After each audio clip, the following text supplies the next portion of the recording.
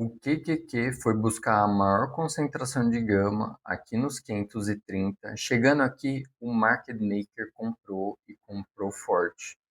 O ativo disparou. Quer entender como esses níveis funcionam e por que que o market maker ele atua nesses níveis? Segue o vídeo. Vamos lá, pessoal. Estou aqui no gráfico do QQQ de 5 minutos. Lembrando que estamos falando de mercado americano.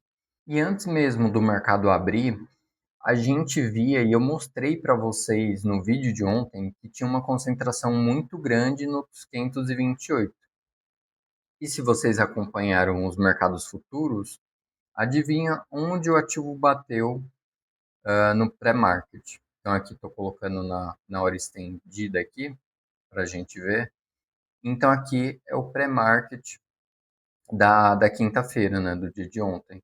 Como vocês podem ver, o ativo abriu exatamente e foi buscar os 528 mesmo no pré-market, tá? Então o ativo bateu uma vez aqui, bateu uma segunda vez aqui e aqui é a abertura do mercado.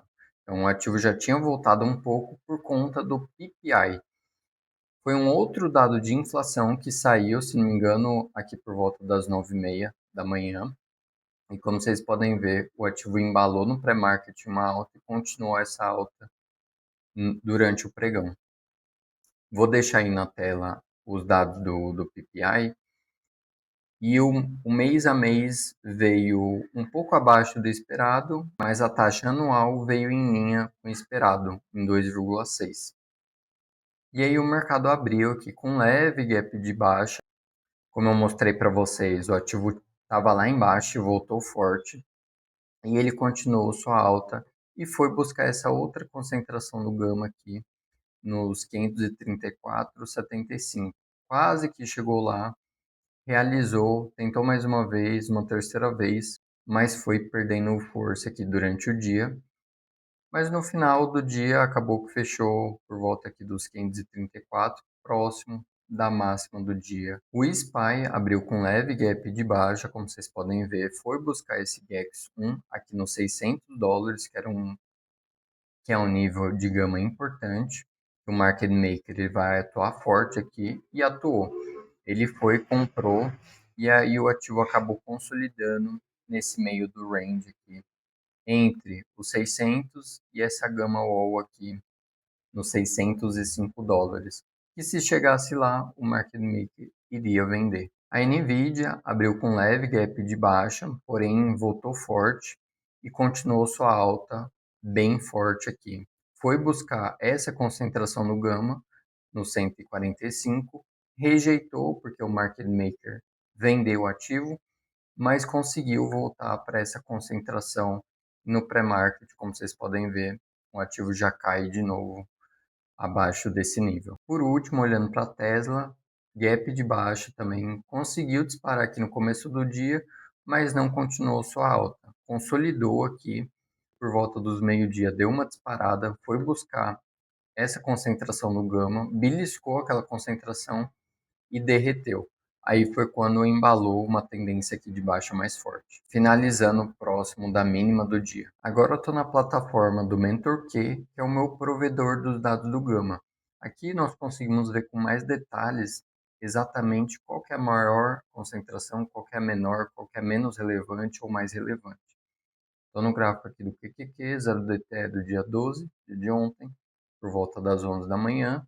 Aqui nós conseguimos ver os strikes e aqui é a escala do GEX. Então, barra vermelha, concentração negativa de gama, barra verde, concentração positiva de gama.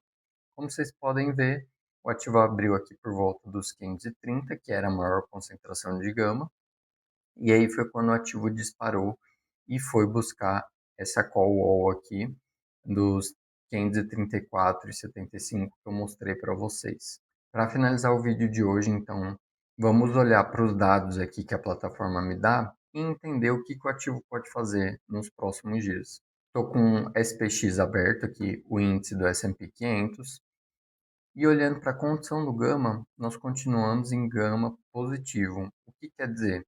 Estabilização de preço. Se o ativo sobe muito e bate uma concentração grande de gama, o market maker ele vai vender. E o contrário é verdadeiro. Se o ativo cai e chega em uma concentração grande de gama, o market maker ele vai comprar, porque ele é a contraparte daqueles contratos de opções. Então isso traz essa estabilização de preço. Sazonalidade está no neutro, momentum está neutro, volatilidade continua baixa e a pontuação das opções continua alta, quer dizer que os compradores ainda estão convictos na continuação de alta, ok?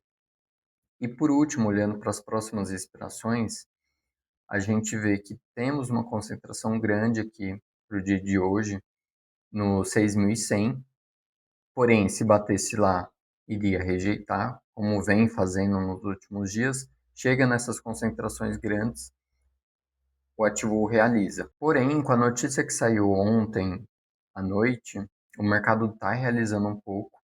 Ele deve abrir aqui por volta dos 5.900, que como a gente pode ver, para o dia 16 era uma concentração grande. Então, se abrir próximo aqui dos 5.900, eu vejo que o mercado deve subir, o market maker deve comprar e voltar para um ponto de equilíbrio aqui, talvez no 6.000. Então, eu não acredito na continuação dessa baixa, porque o market maker ele precisa comprar o spot. E por último, olhando para o dia 20, que é o PEX no mês de junho, então nós temos uma concentração positiva aqui. O único problema é que como a gente vai abaixo dos 6.000, quando a gente voltar para os 6.000, a gente vai ter esse posicionamento positivo de gama, que pode servir como uma resistência para o ativo. Então, se o ativo abrir abaixo dos 6.000, ele deve puxar para os 6.000 pelos fatores que eu comentei, mas não sei se ele vai ter força para passar acima desse preço, sem alguma notícia, sem algum catalisador, ok? Então fiquem de olho nos 5.900 e nos 6.000 aqui. É isso, se você gostou desse vídeo, deixe o seu like, não esquece de se inscrever no canal e se você quer que eu analise algum ativo em específico, é só deixar nos comentários.